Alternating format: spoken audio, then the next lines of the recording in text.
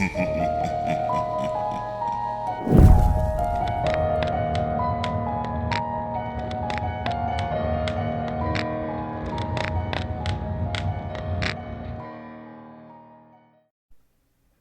it's cold. But you'd think that I'd be used to it by now.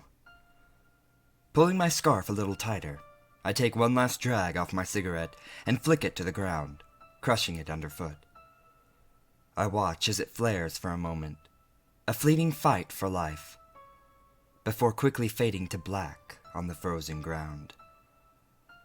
Last one. I checked all the nearby shops, and there were none left. There wasn't much of anything left after the looting.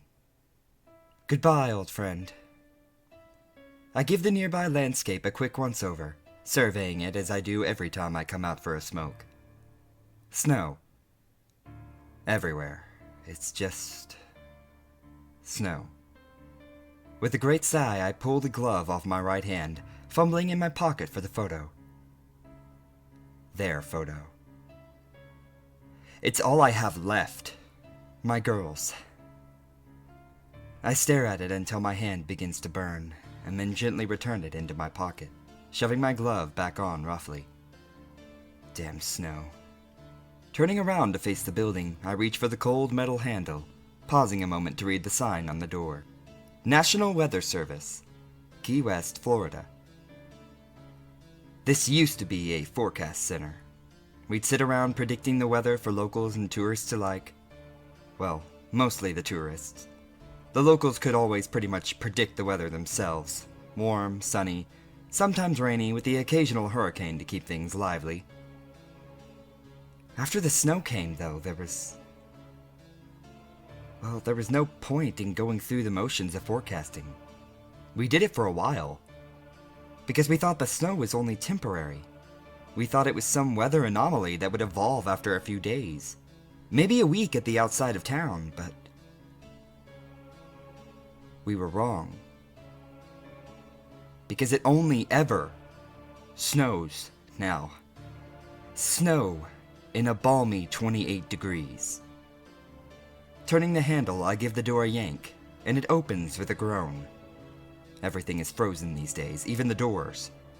The door is set in a wall of square glass panes, which have been covered with plastic and blankets in an attempt to better insulate the building. I walk quickly through the chilly lobby. The coldest part of the building is becoming something of a storage room. There are piles of things in disarray on either side of me, and the only clear path is to the door. At the far end of the room is another door, better insulated than the first, thankfully. Passing through, I close it quickly behind me as to not let out the small bit of warmth that we've managed to keep. I hang my coat, scarf, gloves, and hat on hooks opposite the door, and head down the hallway. Turning the corner, I enter the main part of the building. We call it the bullpen. The building wasn't always like this. It used to be individual offices and other rooms. But when the snow came, it changed everything. For everyone. Now, instead of sitting in our offices forecasting the weather as usual, we all just sat at desks in one big space for shared warmth. As much as anything else, and we'll try to figure out what the hell is going on. Bill looks up as I enter the room, greeting me with a nod. "How is it out there, John?" he asks. "Oh, you know," I reply. "Cold." I head for my desk, back center of the pen, and plop down in my chair, hoping my short break will have given me fresh eyes, but after 6 months of this, there's little chance of that. I lean back in my chair, close my eyes, and rub my temples, internally reviewing what I know. The presently accepted account of events goes as such. A little more than 6 months ago, on Christmas Day, by sheer chance, some complete and utter fluke, at precisely 8:17 GMT, everywhere around the world, you could hear the opening strains of Bing Crosby's White Christmas. All at once, everywhere in the world, every radio station, every internet music service, every CD player played that song. It didn't matter if those particular people or culture celebrated Christmas at all. It happened everywhere, without discrimination. Even people who hadn't been listening to music swear that their radios switched on. Crosby sang about dreaming of a white Christmas, and that's what we did. Everyone, everywhere around the world, all at once, fell instantly asleep. And we all dreamed of a magical, snow-covered world. By all accounts, we were only out for maybe 3 minutes, and when we woke, it was snowing. Everywhere. All at once. It started slowly. Beautiful, fluffy snowflakes fell like confectioner's sugar from the sky, and soon everything was covered in a blanket of white. No one worried until the next day. Even in tropical places like this, on Christmas Day, the Christmas snow seemed like a Christmas miracle. In the harsh light of December 26th, though, it was only snow, and it was cold. Now early July. It's more than that. The world's infrastructure has begun to collapse. For a while, the northernmost regions of the world fared well easily, but now they find themselves faltering as their goods and services from southern suppliers are drying up. The closer you get to the equator, the more prevalent the death. We just weren't prepared for anything like this. Give us a couple of days of snow and we'll manage, but this is something else entirely, and people just couldn't stay warm. Most equatorial survivors have set off on treks on naturally colder climates in hopes of salvation. But it's not an easy journey, and many of them won't make it back. Hell, even if they do. At this point, there's no telling how much longer those places can hold out. Current models project a year at the most. Sitting up, I open my eyes and look around the room. There are 3 of us now. And 9 empty desks. Those desks used to belong to people, but they all either headed north with their families in search of hope or perished in the cold. Or both. Bill and Marcus are old bachelors and don't have family to lose or protect. And sometimes, in moments of weakness, I envy them. But not really. Most days those memories are all that keep me going here. I just want answers. Shaking my head, I try to dislodge the thoughts of my family. I have to focus. Marcus came into the room and looks at me expectantly. That look means that he's been out to clean off the radar and get the generator going. Alright guys, I address the room. Fire it up. Being so far south, we lost power early on. Luckily, Bill is an avid survivalist and had a generator and a huge stockpile of gas on hand, not to mention food and other supplies and equipment. He was the first one to leave home and set up shop here. He's the only reason that we have heat. He's the reason we're still alive. We do this once a week. There's never been anything. It's only ever snow. I let the ritual continue because it gives them hope. But it's only ever snow. John, Bill's gruff voice penetrates my thoughts. There's something. I stand bolt upright. In 6 months, there has never been anything, so it couldn't be. Thumbing the photo in my pocket, I quickly cross the bullpen and stand at Bill's side. He points to an island northwest of us. Oh my God. The precipitation over Wisteria Island is gone. There is a break in the snow, but it doesn't seem to be spreading. It's like there's a Wisteria Island-shaped hole on the screen. I'm going over there. I run to the door and start to layer on my outside clothes. Bill and Marcus are close behind. John, be reasonable. You don't know what's happening out there. We should continue to observe the event from here. Bill pleads with me. You should continue to observe the event from here, but I am going out there. John, there's no need to risk your life for this. If we just use a little more caution, we can figure it out safely, Marcus reasons. There's no time, Marcus. But thank you both for your concern. But if the weather has changed somehow, I need to know why. If we figure that out, maybe we can save some more lives. I finger the photo in my pocket again. I will not be swayed from this. I couldn't save my family, but there's a chance now that I can save others' families, and I won't ignore that just to keep myself safe. Please understand. I have to do this. Marcus nods. All right, Bill sighs. We'll stay here and keep the radar going. Take these with you. He hands me an assortment of gear, which I shove into my pockets. Please try to be safe, Marcus adds.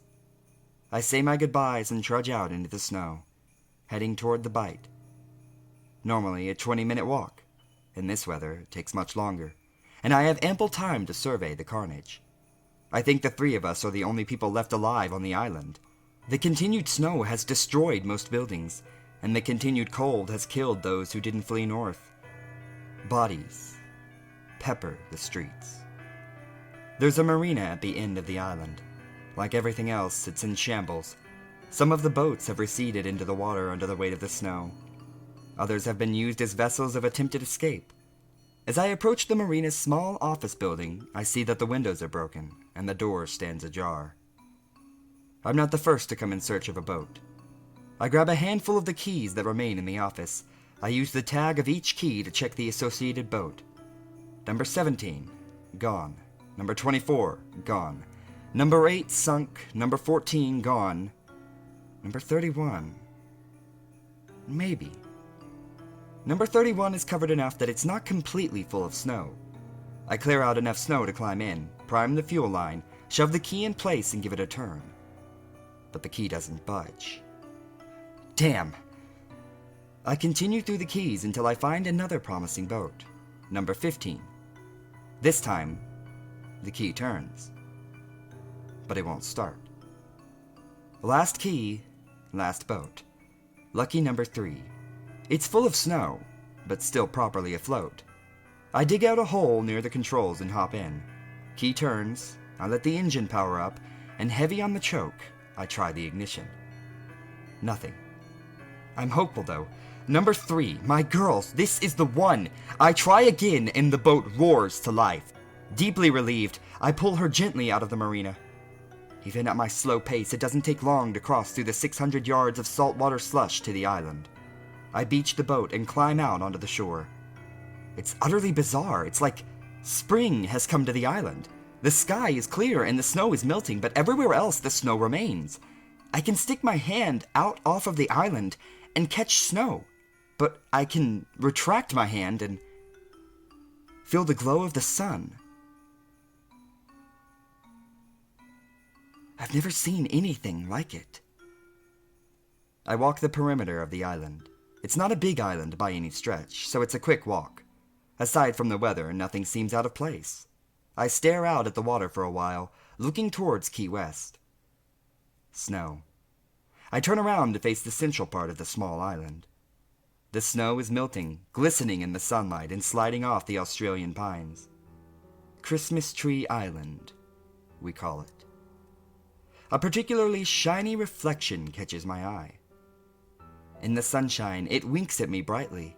From the very center of the island, I rush inward to investigate, navigating the thick pines as quickly as I can. I reach the middle of the island to find a metallic object sticking out of the melting snow. It's a circle, like a wheel of sorts. I begin moving the snow away with my gloved hands.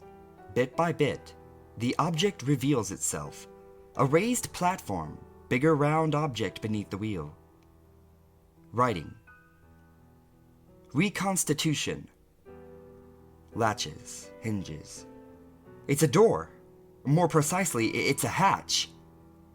But what the hell? I've been to this island so many times and never before has this been here. I turn the wheel and it moves easily. Pulling on it, I try opening the hatch, but it's stuck. The seal must be frozen still. I pull with all my strength to no avail. I give it a kick, and then sit on the platform to catch my breath. And after a minute, I'm back on my feet, pulling again. With a great pop, the hatch finally gives, throwing me backwards onto the ground. I scramble to examine the now open hatch. There is a ladder leading down into the darkness. I can't tell how far down the ladder reaches, or what I might find once I'm down there, but I don't care. Fumbling with the photo in my pocket, I gather up my courage. I've come this far. Can't give up now.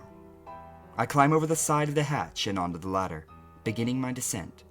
As the surface light fades, I am enveloped in darkness. It's unnerving, but I keep moving. The descent feels never-ending, and finally, I begin to see light below me. At the end of the ladder, I find myself at one end of a small hallway. The first thing I notice is the warmth. It's warm here. There is heat. I peel off my outdoor clothes, which are by now nearly soaked through, and leave them in a pile by the ladder. The well-lit hallway is not very long. I follow it around a corner where it exits into a large, bright room. The room is full of machines with blinking lights, beeping incessantly. There is an older man moving frantically about the room, fidgeting first with one machine, then another, and so forth, clucking unhappily to himself. Lines are etched deeply into his face. His spray of unruly white hair makes him look like a mad scientist. And I find myself wondering, what the hell did I find? He's so preoccupied with his machines that he didn't even see me. I watched him, mouth agape. I have no idea what's happening here. Warning! Perimeter breach! Warning! Intruder alert! A machine near the man responds to my presence. Oh, shut up, you! The man says, banging on the machine in an attempt to silence the alarm. I told you before, there's no...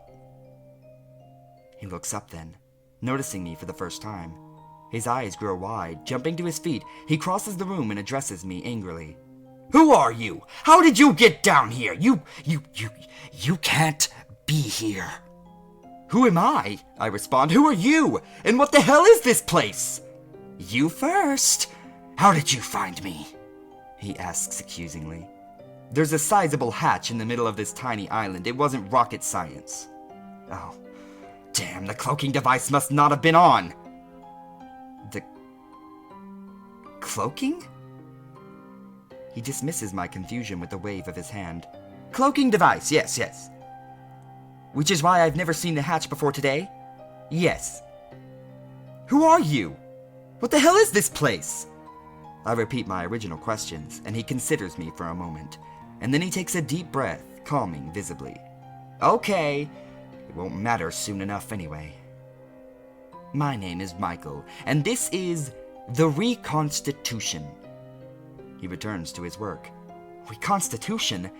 What the hell does that even mean? To reconstitute something is to return it to its original... No, I know what reconstitute means! What the hell is the reconstitution? Ah, yes. The reconstitution is an automated global population management system. We've been around for ages, constantly evolving with available technologies. We've even invented a few ourselves. Our current system is really top-notch. You should have seen some of our earlier implementations. They were just crude. Automated global population management system?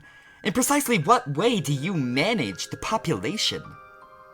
We protect the population from destroying itself. You... protect?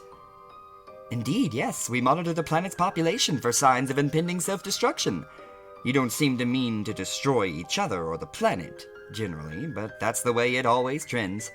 World leaders observed this early on, and the reconstitution was developed cooperatively among them. As I said, our early methods were...